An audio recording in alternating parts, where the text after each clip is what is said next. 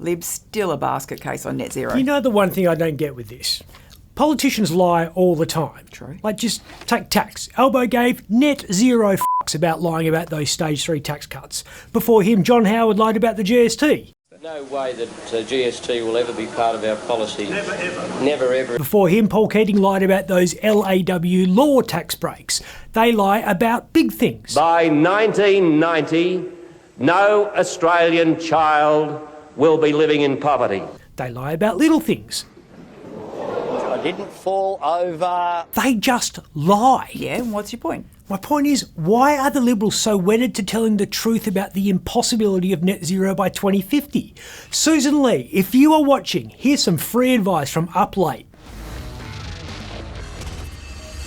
Mammoth Liberal Party meeting. 4.5 hours, and we still have net zero idea about what the Liberal Party's policy is. Apparently, Deputy Leader Ted O'Brien suggested the Liberals replace the policy of achieving net zero by 2050 with a policy of welcoming net zero by 2050 if it happens. I mean, Sir Humphrey would blush at that one. It's nothing to do with you. Thank you.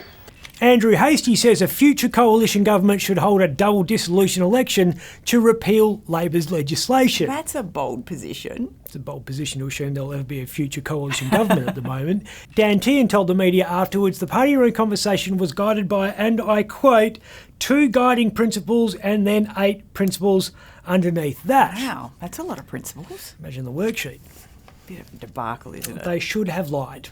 Should have come out and said, yep, we are committed to net zero by 2050. It's going to happen. New policy crafted in Geppetto's woodcarving workshop. Kick the can down the road. It's a long road to 2050. Seriously, how many current Liberal MPs are going to be in Parliament in a quarter of a century to face the music? Sussan Ley will be 88. She won't be suffering from guilt about a promise unfulfilled. She could have dementia by then. Probably won't even remember the promise in the first place. So you're actually encouraging politicians to lie? They've been lying about climate change for 30 years. Why the sudden compulsion to tell the truth now? John Howard lied when he signed the Kyoto Protocol in the mid-90s, dragged kicking and screaming to Japan, had no intention of ratifying it, and never did. Julia Gillard lied about the carbon tax. There will be no carbon tax under the government I lead. Scott Morrison's net zero plan could have been written by Enid Blyton. It was total fiction. Said 15% of reduction would come through, and I quote, further breakthrough technology. I mean, really? Welcome again to Muppet Labs, where the future is being made today. Albo lied about green energy, meaning power bills would go down by $270 a year. Saying you'll get to net zero by 2050 is the perfect lie because people have to wait until 2050 to prove that you lied. Politicians can spin bullshit all the way to 11:59 p.m. on December 31, 2049, and then at the last minute say, well, we did our best. Missed it by that much. The only way we get to net zero by 2050 is by the economy collapsing because we tried to get to net zero by 2050.